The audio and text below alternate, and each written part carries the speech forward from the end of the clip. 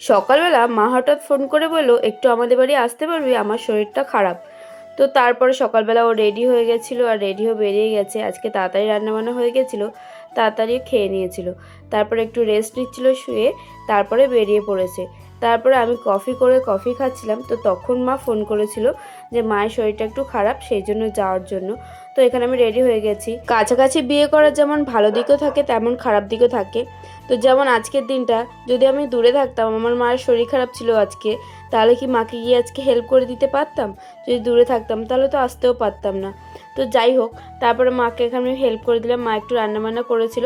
এই বাড়ি আসলেই আমি শ্যাম্পু করে নেওয়ার চেষ্টা করি, কারণ আমাদের ওই বাড়ির জলটা না একটু নোনা, সেই জন্য অসুবিধা হয়, চুলটা বড্ড রাফ হয়ে যায়, কেমন একটা হয়। তো এই বাড়ি আসলেই চান্স পেলেই শ্যাম্পু করে নিই। তারপরে দেখো দুপুরে খাওয়া দাওয়া উচ্ছে আলু ভাজা, এখানে সোয়াবিনের তরকারি আর ডাল, এই দুটো দিয়েছিল আমার ভাই। আর মায়ের দিকে করেছিল কচুলতি চিংড়ি মাছ দিয়ে আর পুঁই শাক দিয়ে চিংড়ি মাছ দিয়ে তরকারি করেছিল। আর এই চচ্চড়িটা দেখছো, এটা মিঠে স্কুল দিয়ে নিয়ে এসেছিলো। আজ না একটু বেশি খাওয়া দাওয়া হয়ে গেছিলো। তো তারপরে আমি শুয়ে শুয়ে ফোন দেখছিলাম আর এডিট করছিলাম। তারপরে সন্ধ্যেবেলা চলে এসেছে এই যে আমার বরমশাই, ওর জন্য তারপরে চা করেছিলাম, কিন্তু সেই ভিডিও ক্লিপগুলো নেওয়া হয়নি। তারপরে দোকানে কিছু বাজার নেওয়া ছিল, সেগুলো নিয়ে তারপরে আমরা বাড়ি চলে এসেছিলাম।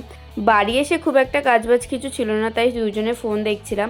আর রাতের খাবারটা মা পাঠিয়ে দিয়েছিল, কারণ মা অনেকটাই রান্নাবান্না করেছিল আর রাতের বেলা খাওয়ার জন্য অনেক কিছু বেঁচে গেছিলো। তা বললে একেবারে নিয়ে যা, তাহলে আর রান্না করতে হবে না তোকে। তো তারপরে রাতে আমরা ডিনারটা করে নিলাম। আজ তাহলে আসি, দেখা হবে আবার একটা অন্য ভিডিওতে।